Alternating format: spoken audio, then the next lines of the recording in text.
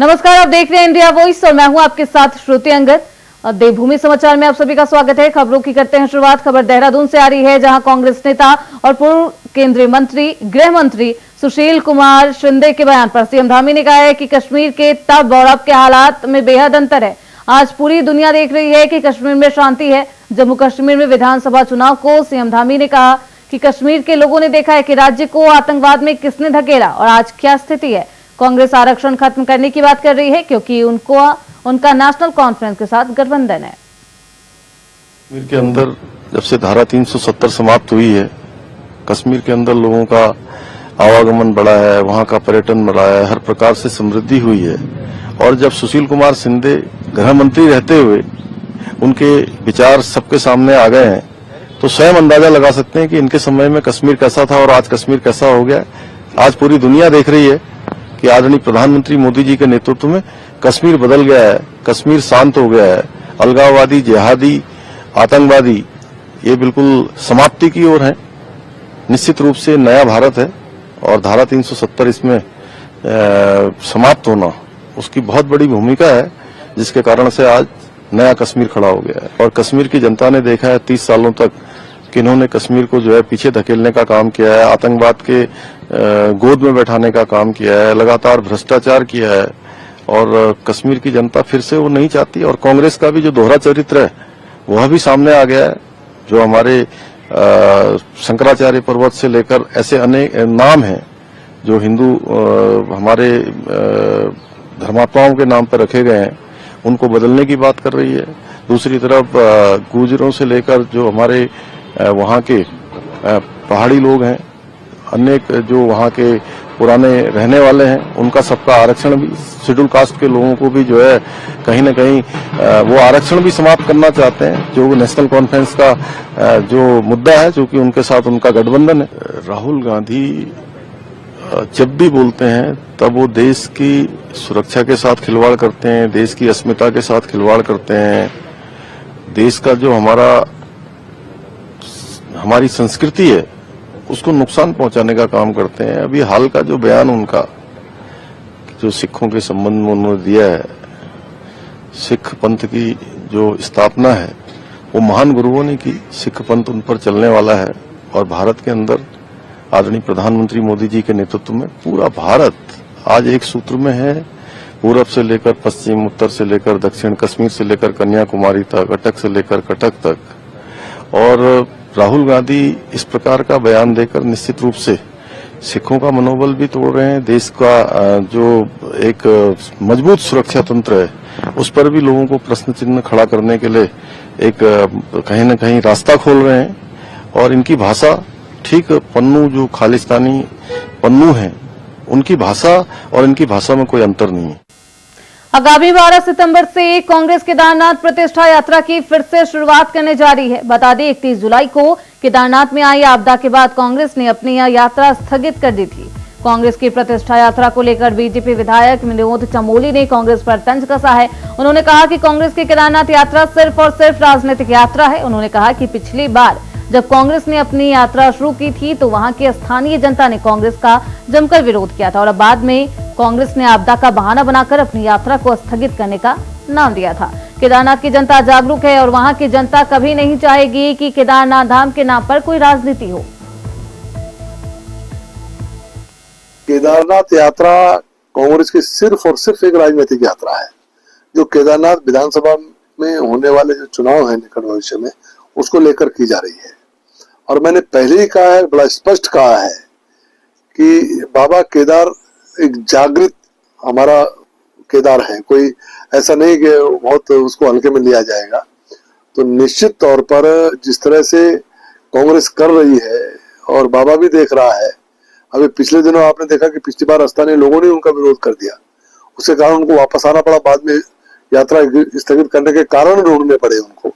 आज फिर वो वहां पर यात्रा प्रारंभ कर रहे हैं। तो मेरा तो ये मानना है कि निश्चित तौर पर स्थानीय जनता हमारी बहुत जागरूक है और वहां की जनता कभी नहीं चाहेगी कि इस पे बाबा केदार के नाम पर राजनीति हो और वो इसका विरोध करेगी। आप निकट भविष्य में देख लेना, जब दिल्ली के अंदर केदार धाम बनने का इतना बड़ा विरोध हो सकता है, सरकार को कानून बनाना पड़ सकता है और उनको अपना निर्णय वापस लेना पड़ सकता है, तो केदारनाथ के लोग इस केदारनाथ यात्रा को, ये राजनीतिक यात्रा को कैसे वहां पर होने देंगे, कैसे उसको स्वीकार करेंगे, ये आने वाला समय बताएगा। ये एक बड़ा प्रश्न वहां के लोगों के सामने खड़ा है। उत्तराखंड कांग्रेस की केदारनाथ प्रतिष्ठा रक्षा पद यात्रा कल से शुरू होने जा रही है।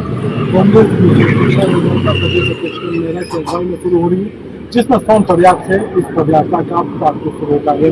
पहले जो यात्रा जुलाई माह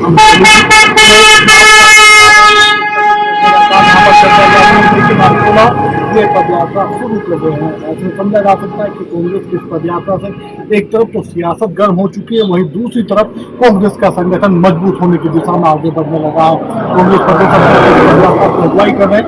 केदारनाथ धाम में विशेष पूजा अर्चना के साथ क्षेत्र जो बाबा भैरवनाथ का जो मंदिर है वहां पर पूजा अर्चना करने के बाद कांग्रेस की पद यात्रा समाप्त हो जाएगी। लेकिन सीधे तौर पर कहें तो कांग्रेस इस यात्रा के बहाने दो निशाने साधने का काम यहाँ पर कर रही है। केदारनाथ विधानसभा का उपचुनाव भी कांग्रेस के निशाने पर होगा। दूसरी तरफ केदारनाथ के जो गंभीर ज्वलंत जो विषय है, उन विषयों को सहारा सरकार को कटघरे में खड़ा करने का काम भी कांग्रेस करने जा रही है। देखना यह होगा कि इस पद यात्रा के बाद कांग्रेस को कितना लाभ मिल पाता है। कैमरामैन नरसिम्हा साथ अभय कैंतुरा, इंडिया वाइज देहरादून। खबर देहरादून से है, जहां पूर्व सीएम हरीश रावत ने एक बार फिर पहाड़ी उत्पादों को लेकर राज्य सरकार पर निशाना साधा है। पूर्व मुख्यमंत्री हरीश रावत ने कई बातें कही है और आयोजन का स्वागत भी किया, जिसमें लोकतंत्र के चौथे स्तंभ मीडिया को आमंत्रित किया गया। पूर्व मुख्यमंत्री हरीश रावत ने कहा कि जब वह पहाड़ के दौरे पर थे तो स्थानीय किसानों ने पहाड़ के उत्पाद को सही दाम न मिलने की शिकायत उनसे की थी। इसके बाद उनके मन में पहाड़ी ककड़ी का रायता बांटने का विचार आया, जिसे जनता और सरकार का ध्यान इस ओर आकर्षित किया जा सके।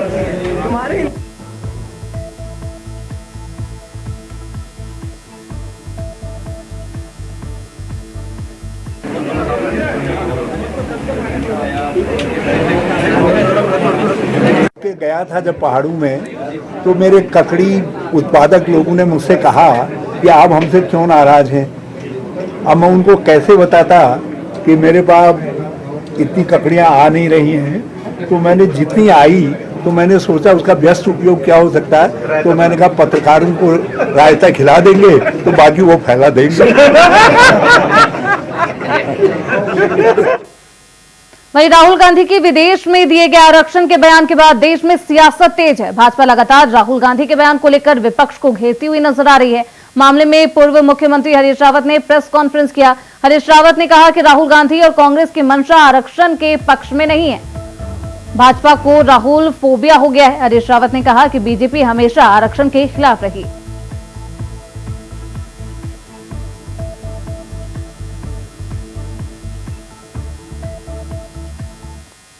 राहुल गांधी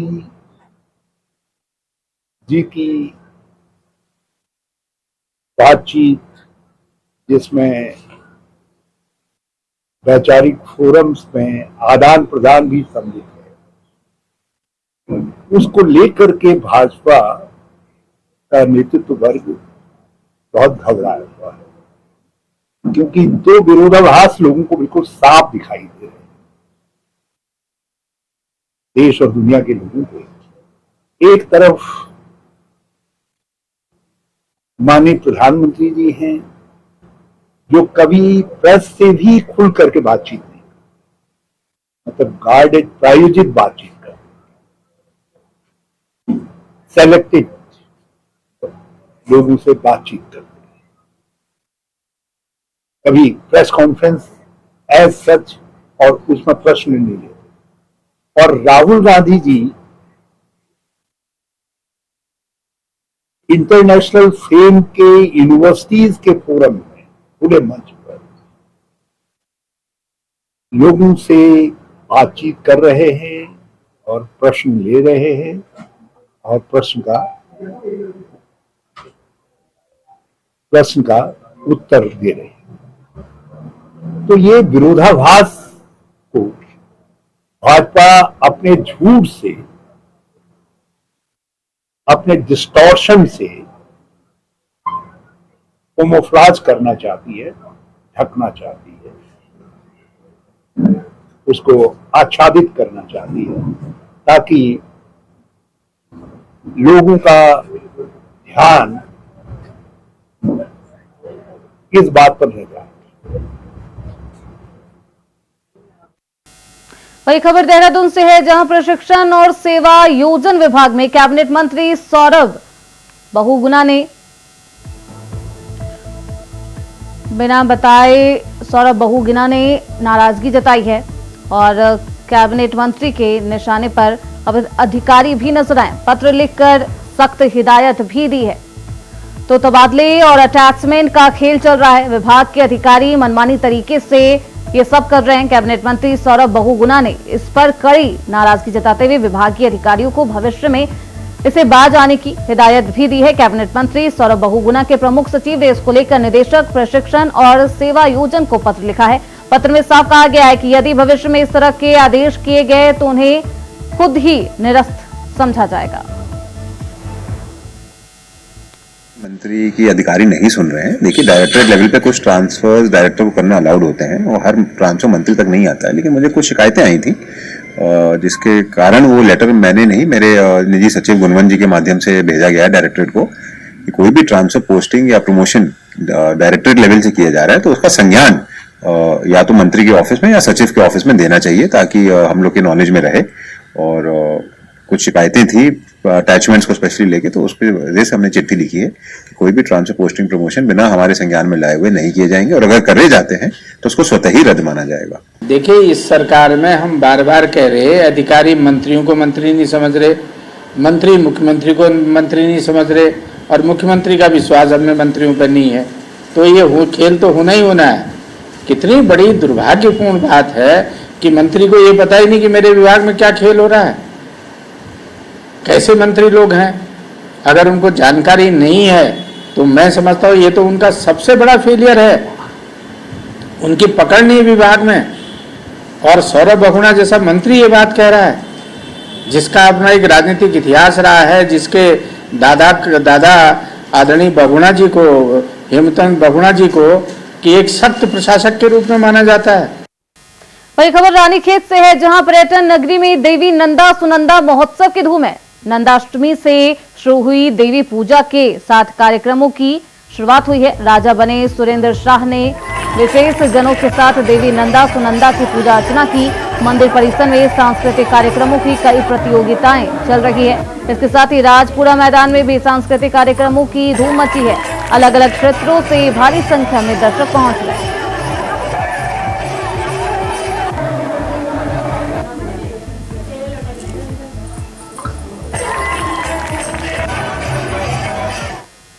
वहीं मुख्य सचिव राधा रतूड़ी की अध्यक्षता में देहरादून स्मार्ट सिटी लिमिटेड की हाई पावर्ड स्टीयरिंग कमेटी की बैठक की गई। बैठक की अध्यक्षता के दौरान DICCC प्रोजेक्ट और इसके कंपोनेंट्स को ITDA को सौंपे गए। इसमें पुलिस विभाग की मॉनिटरिंग भी सुनिश्चित करने के प्रस्ताव पर अनुमोदन दिया गया है। मुख्य सचिव ने ब्रिज एंड रूफ लिमिटेड तथा DSCL के बीच विवाद पर निर्णय हेतु लोक निर्माण विभाग, सिंचाई विभाग तथा नियोजन विभाग के अधिकारियों की कमेटी गठित कर 15 दिन में रिपोर्ट देने के निर्देश दिए। बैठक में DICC के तहत राजस्व भागीदारी तथा सस्टेनेबिलिटी पॉलिसी तथा उत्तराखंड परिवहन निगम को इलेक्ट्रिक बसों को सौंपने के प्रस्ताव पर भी चर्चा की गई है।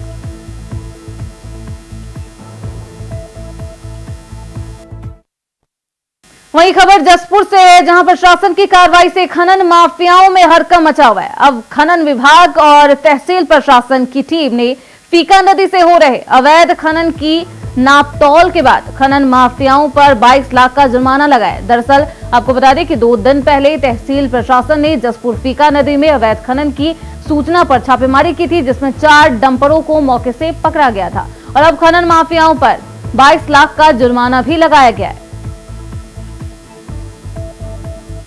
आती हैं उस पर हमारे द्वारा त्वरित कार्रवाई की जाती है और उसी के परिप्रेक्ष्य में जो पीछे भी कई बार हमने डंपर्स पकड़े हैं और अभी कुछ दिन पहले 4 डंपर पकड़े, वो अभी भी खड़े हुए हैं और उस पर परिवहन विभाग द्वारा भी कार्रवाई की जा रही है। तो उसी के आगे उसमें जो खनन हुआ था जिस जगह पे, तो वहाँ पे खनन की टीम यानी खनन विभाग की टीम आई थी और हमारी टीम भी गई थी। तो उसमें उन्होंने उसका निरीक्षण किया और जो उसके लिए संबंधित जिम्मेदार 2 व्यक्ति थे, एहसान अली और अनीस अहमद, उनके विरुद्ध जो है 22 लाख जुर्माने की संस्तुति की जा रही है और उसको DM साहब को भेजा जाएगा और जल्दी उनसे रिकवरी भी की जाएगी।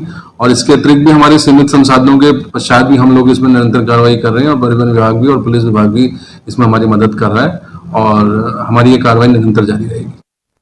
वही खबर डोईवाला से है, जहां सैकड़ों किसानों के खेतों की सिंचाई करने वाले प्राचीन नहर अल्लाह रखवी में पिछले 2 महीनों से पानी नहीं आने से किसानों की फसल खराब होने के कगार पर है।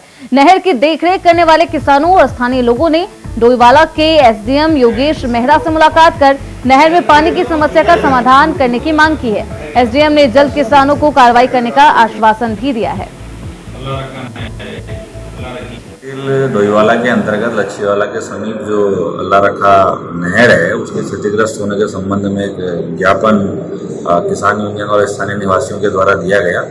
इसमें इरिगेशन डिपार्टमेंट के अधिशासी अभियंता से दूरभाष पर बात हुई और चूंकि उस नहर का मेनली हेड क्षतिग्रस्त होने की शिकायत है तो उसका एक नियमानुसार और वो दैवीय आपदा मानकों के अंदर आच्छादित भी हो रही है तो उसका एस्टिमेट बना के विधिवत उसको दैवीय आपदा मद से उसकी मरम्मत के लिए प्रस्ताव बना के भेजा है। बरसात ज़्यादा होने की वजह से हमारे हेड का बहुत कटाव हो गया, हेड पूरा टूट गया है सोंग नदी लच्छीवाला में, जहाँ से हमारा पानी अल्लाह रखी का आता है।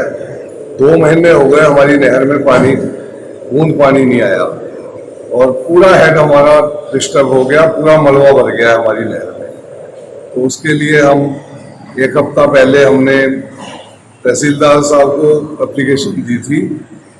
उसके बाद 1 हफ्ता बाद फिर मिले, हम परसों मिले थे तहसीलदार साहब से, तो उन्होंने सिंचाई विभाग को फोन किया था। सिंचाई विभाग ने वहाँ पे बंदे भेज के फोटो तो करवाए उसके, पर उसने कुछ किया नहीं अभी। वो फोटो भी मेरे पास है, वो एप्लीकेशन मेरे पास है। आज हम एसडीएम साहब से मिले हैं तो उन्होंने कहा कि मैं 1-2 दिन में इसके लिए मैं करवाता हूँ, आपदा से जो भी संभव हो सकता है सिंचाई विभाग के थ्रू ही करवाऊंगा। वक्त हो चला छोटे से ब्रेक का, फौरन लौटेंगे। ब्रेक के बाद एक बार फिर से आप सभी का स्वागत है। खबरों में बढ़ते आगे। नई दिल्ली में वित्त मंत्री निर्मला सीतारमण की अध्यक्षता में हुई जीएसटी परिषद की बैठक में भाग लेकर लौटे वित्त मंत्री प्रेमचंद अग्रवाल ने मीडिया से रूबरू होते हुए बताया कि जीएसटी परिषद की 54वीं बैठक में उन्होंने उत्तराखंड का प्रतिनिधित्व किया है। उन्होंने राज्य के कई विषय बैठक में उठाए जिनमें से कुछ पर सहमति बनी है। अब 4 धाम हवाई सेवा यात्रा के किराए में 18% जीएसटी को घटाकर अब 5% कर दिया गया है। इसी तरह से कैंसर की दवाओं और अन्य कुछ चीजों में भी जीएसटी दरों में रियायत दी गई है।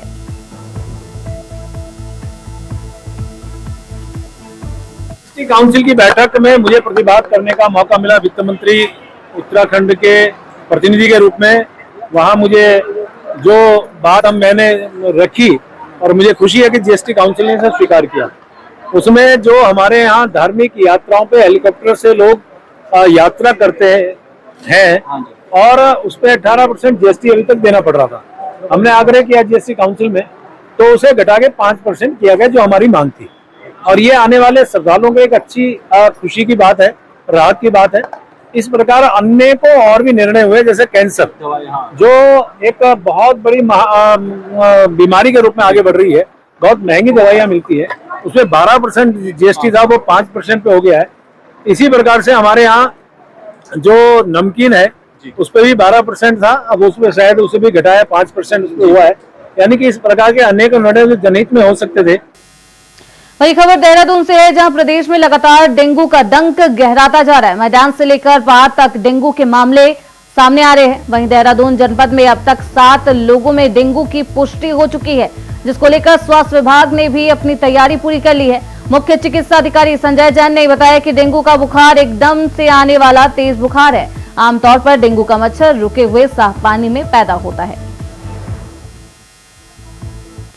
में ये पिछले 8-10 दिन से हमें एक केस मिलना शुरू हो गया है। तो वर्तमान में 7 केस हमारे जनपद में पॉजिटिव आ चुके हैं, जिनमें से 3 दून मेडिकल कॉलेज में एडमिट हैं, लेकिन वो सामान्य है। अब जैसे जैसे बारिश समाप्ति की ओर जा रही है, धूप निकल रही है, तो ये थोड़ी सी संभावना है कि डेंगू के केस अभी बढ़े हुए हमको मिल सकते हैं। लेकिन उसके लिए नगर निगम से और आशाओं के माध्यम से भी हम बराबर इस पर पूरी निगरानी बनाए हुए हैं। घर घर जाके लोगों को जागरूक करना मेन हमारा उद्देश्य है इसमें। और आपके चैनल के माध्यम से भी देहरादून के लोगों से अपील करना चाहूँगा कि हफ्ते में एक बार 10 मिनट का समय अपने घर को दे दें। जहाँ भी साफ रुका हुआ पानी है उसको यदि फैलाते रहेंगे तो डेंगू जैसी बीमारी से बचे रहेंगे।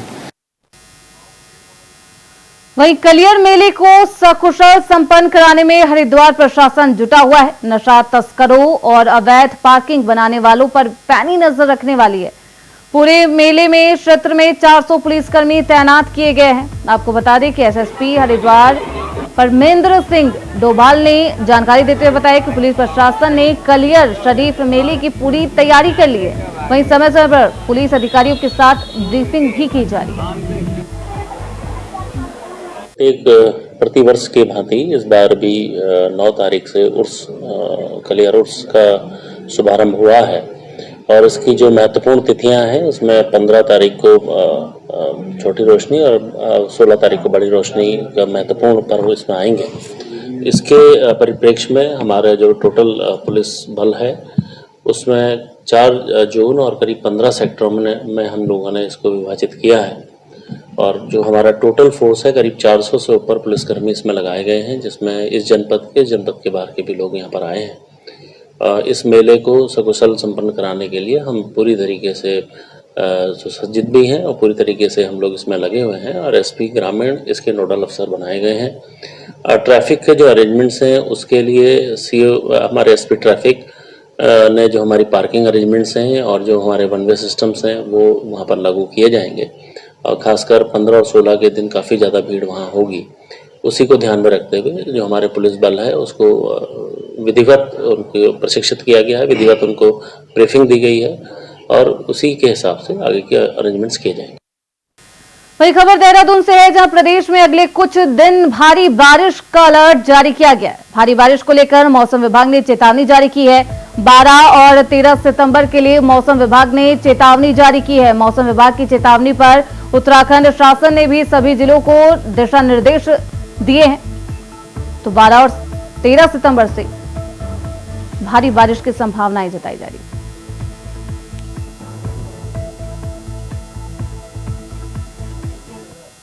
वही खबर देहरादून से है, जहां ऑटो की सवारी क्षमता पर आरटीओ अब लगाम कसने की तैयारी में। आपको बता दें कि ऑटो में चालक के साथ पहले 2 सवारियां बैठाई जाती थी, जिस पर आरटीओ ने लगाम कसते हुए चालक के साथ वाली सीट को हटाने के निर्देश दे दिए। इस बात को लेकर आरटीओ प्रशासन सुनील शर्मा ने कहा कि ऑटो की मूल क्षमता 6 या फिर 7 है, लेकिन साल 2016 में एक सर्टिफिकेट में कहा गया है कि कुछ ऑटो 8 सीटर हो सकते हैं। साथ ही उन्होंने कहा है कि अब हाई कोर्ट की तरफ से निर्देश दिए गए हैं कि विक्रमों की क्षमता 7 रहेगी, जिसे देखते हुए विक्रम चालक के साथ की सीट को हटवाकर वहां पर जाली लगाई जाएगी। ये ऐसा है कि जो विक्रम है उनको उनकी जो मूल्य जो उनकी जो सीटिंग कैपेसिटी है वो 6+1 होती है, परंतु कुछ विक्रमों के बारे में एक सर्टिफिकेट दिया गया था 2016 में कि उनको 8 सीटर बनाया जा सकता है, जिसके सापेक्ष में कई विक्रमों को 8 सीटर में कन्वर्ट कर दिया गया था, परंतु इसके खिलाफ केस करा गया और अब हाई कोर्ट का इस निर्णय आ गया है कि सभी विक्रम 6+1 होंगे।